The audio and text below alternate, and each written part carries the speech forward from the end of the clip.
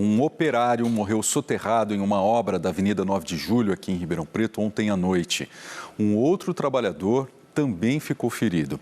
Mais detalhes, o repórter Guilherme Leone traz para a gente. Ele está na 9 de Julho e é uma tragédia, né, Leone? Não dá para a gente falar de outro jeito. Bom dia para você.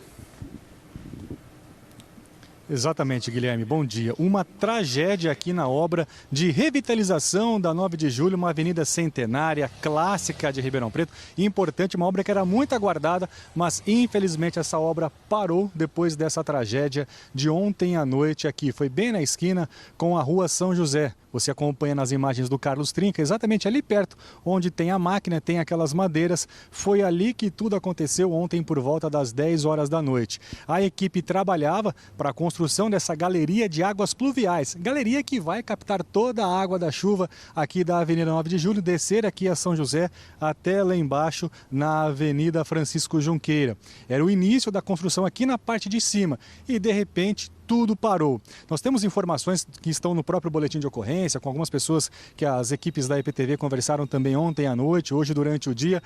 Os operários estavam ali trabalhando, de repente começou a cair a lateral, o barranco aqui do lado direito. Outros funcionários que estavam aqui da construtora tentaram avisar, sai que está caindo, mas não deu tempo. A terra caiu, também caíram os paralelepípedos, que são essas pedras maiores que dão a base do asfalto aqui na Rua São José, acabaram soterrando duas pessoas. Uma com 59 anos, que é o Pedro Joaquim de Oliveira, e também outra pessoa de 37 anos, o José Gregório da Silva Júnior. São dois trabalhadores que estavam fazendo o trabalho, dois operários construíam essa galeria aqui. Imediatamente, a equipe de resgate foi chamada, os bombeiros vieram para cá, mas os dois estavam bem soterrados, um com mais gravidade. O de 59 anos, o Pedro, estava bem soterrado, o José Gregório um pouco menos. E o José Gregório estava com sinais vitais, estava ali conversando, estava consciente. Então os bombeiros recolheram ele primeiro, resgataram ele primeiro e depois retiraram o Pedro Joaquim, que já estava sem vida. E para fazer todo esse socorro, os bombeiros contaram ontem para as equipes de reportagem que precisaram fazer toda uma estrutura, fazer uma contenção para poder fazer o resgate com segurança, porque tinha o risco de cair novamente ou cair mais o barranco, a vala, desmoronar mais ainda e a tragédia poderia ser melhor. Mas imediatamente eles foram resgatados e foram já para fora. O José Gregório foi levado para a Santa Casa aqui de Ribeirão Preto por um atendimento mais especializado. Ele continua na Santa Casa, passa por uns exames, mas está bem. Logo, logo deve sair, voltar para casa. Mas infelizmente o Pedro Joaquim de Oliveira, de 59 anos, morreu na construção aqui da galeria da 9 de Julho com a São José.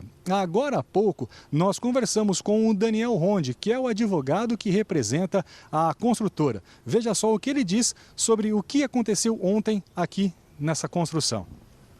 Nesse momento, a maior preocupação da empresa é amparar os familiares, quer seja do nosso colaborador vitimado, quer seja do colaborador que está em tratamento no hospital, para que ele tenha um amparo de saúde, uma plena recuperação e que isso não volte a acontecer no futuro. A gente está preservando o local ainda sem nenhum tipo de movimento, do jeito que estava. Os funcionários usavam equipamentos de proteção, equipamentos para o trabalho?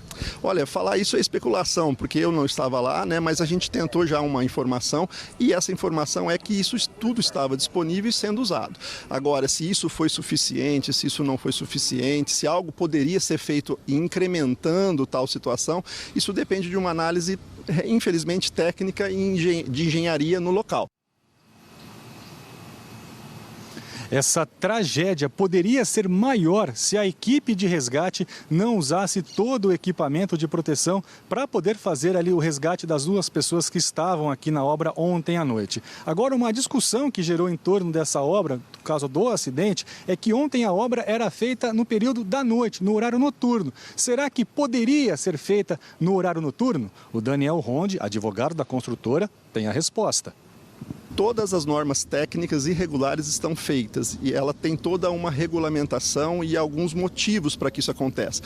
O ART, toda a questão de engenharia, as possibilidades disso acontecer, estão todas previstas, vão ser esclarecidas e aqui nós estamos para atender as autoridades no que for solicitado.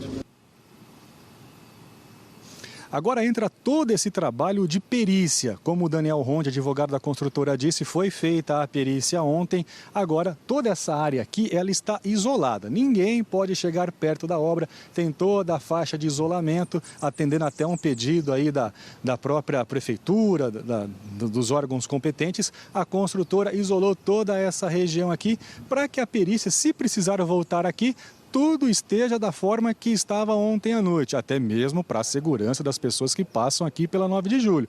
É uma região de muito movimento, temos hospitais aqui perto, temos clínicas também aqui perto, bancos, então tem um movimento grande de pessoas. Por isso é importante manter distância. Se puder evitar passar por aqui, melhor. O isolamento foi feito durante a manhã, muitas pessoas não sabem, chegam aqui, não conseguem passar, reclamam, mas então se você vai passar por aqui, evita. A prefeitura lamenta a morte de um trabalhador, o acidente com os 2 operários, com os 2 trabalhadores, se solidariza também e aguarda que toda a resposta seja esclarecida, seja dada, porque foi uma tragédia ontem à noite. Um trabalhador de 59 anos morreu e o outro está na Santa Casa, em Ribeirão Preto, em recuperação. Guilherme. Difícil não falar isso, né? Mas de fato uma tragédia e aqui, é claro, os nossos sentimentos aos familiares desse trabalhador que morreu fazendo essa tubulação na Avenida 9 de Julho. E algumas respostas ainda restam, né, Leone? Para a gente entender exatamente o que aconteceu aí para que isso não volte a acontecer de novo, né? Problemas como esse não voltem a acontecer.